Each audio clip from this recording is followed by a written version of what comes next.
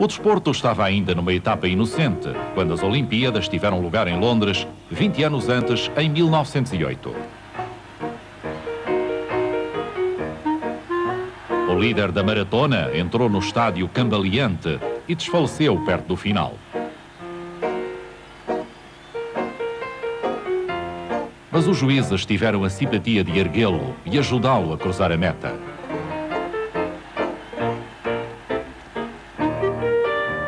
O tiro com arco era uma das poucas provas femininas. Não havia o perigo de contacto físico. O desporto olímpico era ainda um passatempo para amadores dotados. Não importava quantos espectadores havia nas bancadas. Mas por detrás do cavalheirismo amador, havia já sinais dos tempos menos corteses que estavam para vir. No jogo de tração, os americanos acusaram os ingleses de batota, por estes usarem pitons nas botas. As Olimpíadas de 1908 foram as primeiras em que os concorrentes participaram como membros de equipas nacionais e não individualmente. Em breve, a rivalidade entre nações, a ânsia de vencer e a profissionalização transformariam o desporto. Quando as tropas voltaram para casa em 1918, o mundo estava em rápida transformação. Nos Estados Unidos, os combatentes regressaram a uma vida civil com salários mais elevados. E com a redução dos horários de trabalho, as pessoas tinham maiores períodos de lazer.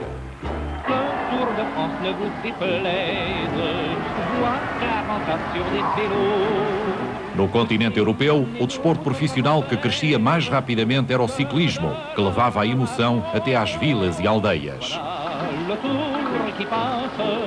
A volta à França corria-se desde o início do século e o número de ciclistas cresceu tão rapidamente como o prémio monetário.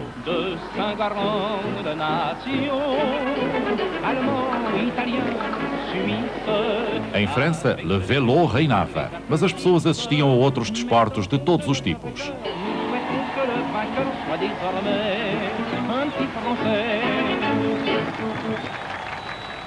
Na Grã-Bretanha, o ténis atraiu uma classe média em crescimento. A imprensa popular fez dos jogadores personalidades, apesar de serem ainda amadores. Suzanne Lenglen foi aos 20 anos a primeira grande estrela do ténis.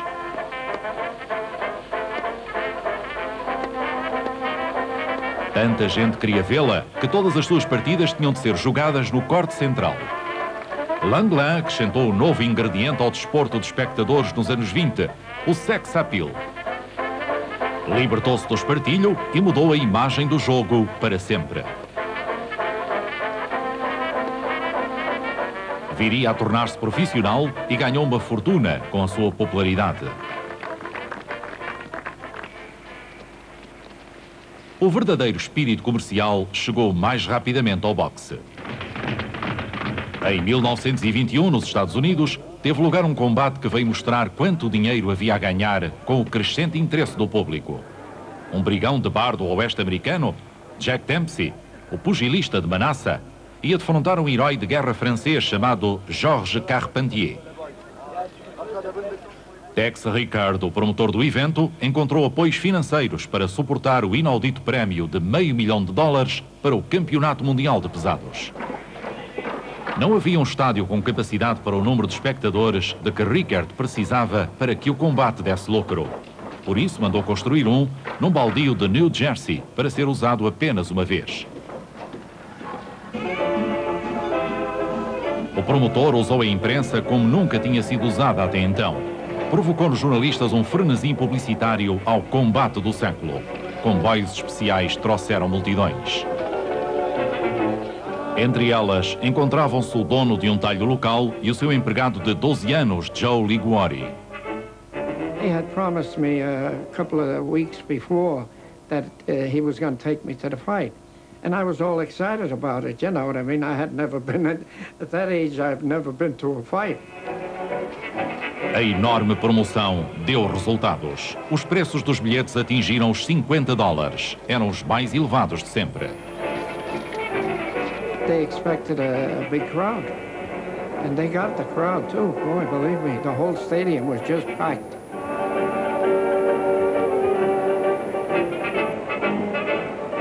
people were saying, my God, if this thing ever collapses, there'll be a catastrophe here. 90,000 people in a wooden stadium. You know, every time they got up to cheer, everything sort of shook a little bit, you know.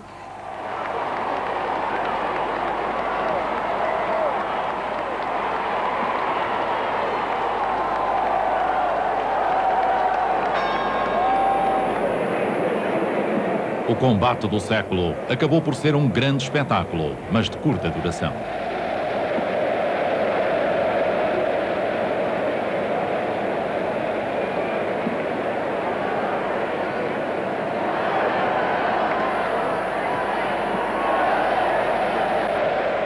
O combate atingiu apenas o quarto assalto, quando Carpentier sofreu um nocaute.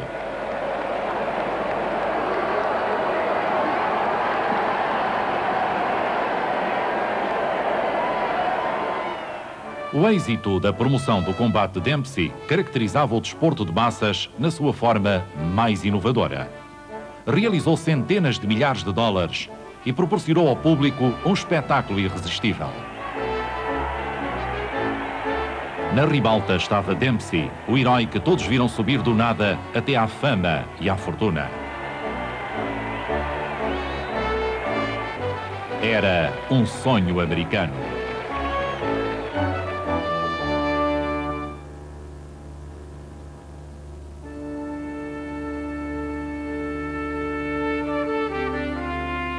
Na Grã-Bretanha, após a Primeira Guerra, as perspectivas de grandes espetáculos desportivos com bilhetes caros não eram promissoras. As pessoas tinham menos dinheiro para gastar em desporto ou no que quer que fosse. Billy O'Donnell trabalhava em Liverpool. Squalor, disease, bad days, vermin, it was terrible. How they can call them good days, I don't know. Mas para a maioria dos trabalhadores havia um raio de luz em cada semana: o futebol. Em 1900 havia apenas um punhado de equipas profissionais. Nos anos 20 eram já mais de 80. Este jogo tornara-se uma parte essencial da vida de muitas pessoas. Football was always football in Liverpool, nothing else.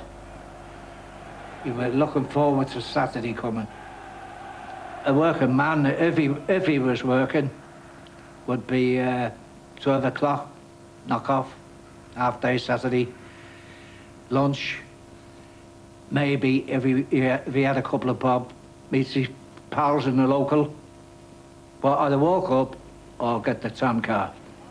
Get up there for 2:45 maybe, ready for the kick-off. Oh, I do like to see a game of football, and then the afternoon comes round. Big blue rain when they break away. Football was so important for everybody. Oh, I do like to see a game of football.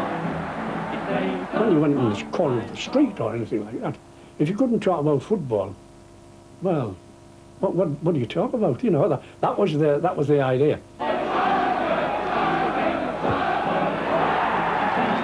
And we'd meet there every Saturday, and if anyone was missing, they'd say, "Yeah, where's so-and-so?" You know, we didn't live near you. Just knew him as Jack or George. Where's George? He must be sick or something. You were missed, you know. Well, that went on all over the cop. Quer chovesse, quer fizesse sol, as pessoas aglomeravam-se de pé para assistir aos jogos. Os clubes sabiam que os adeptos pagariam sempre o seu bilhete para ver os jogos e pouco faziam para melhorar o conforto dos estádios. You couldn't get back for the toilet, see. Some of them would go in after a few pounds and they thought where they were. But we used to roll the newspaper up, you know, make a funnel so it wouldn't splash on anyone. But if you were at the bottom, pair of Wellingtons or nothing, you know, or you were walking ankle deep.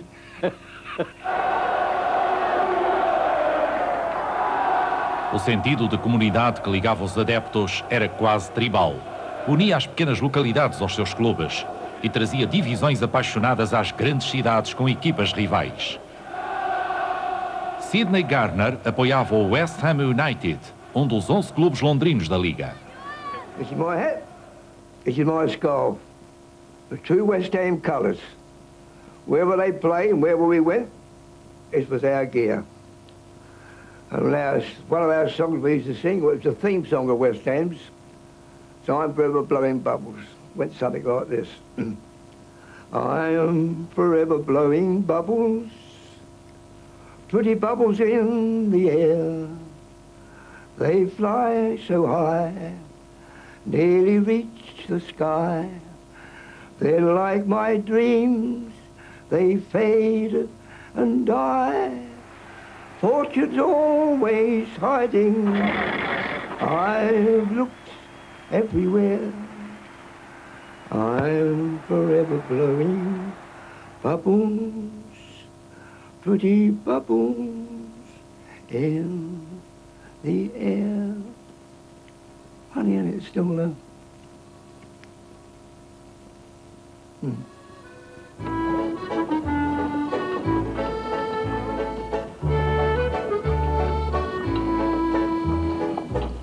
Em 1923, a equipa de Sidney Garner chegou à final da taça para defrontar os Bolton Wanderers, no novo estádio construído em Wembley, no noroeste de Londres.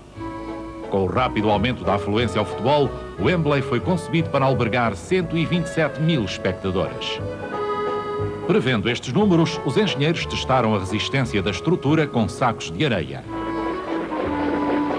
Depois foram trazidas legiões de operários para reproduzirem os choques e vibrações de um estádio ao rubro.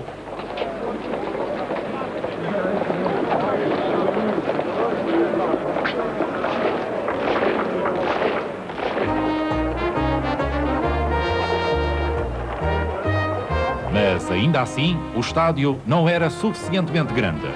No dia da final, 200 mil adeptos compareceram em Wembley.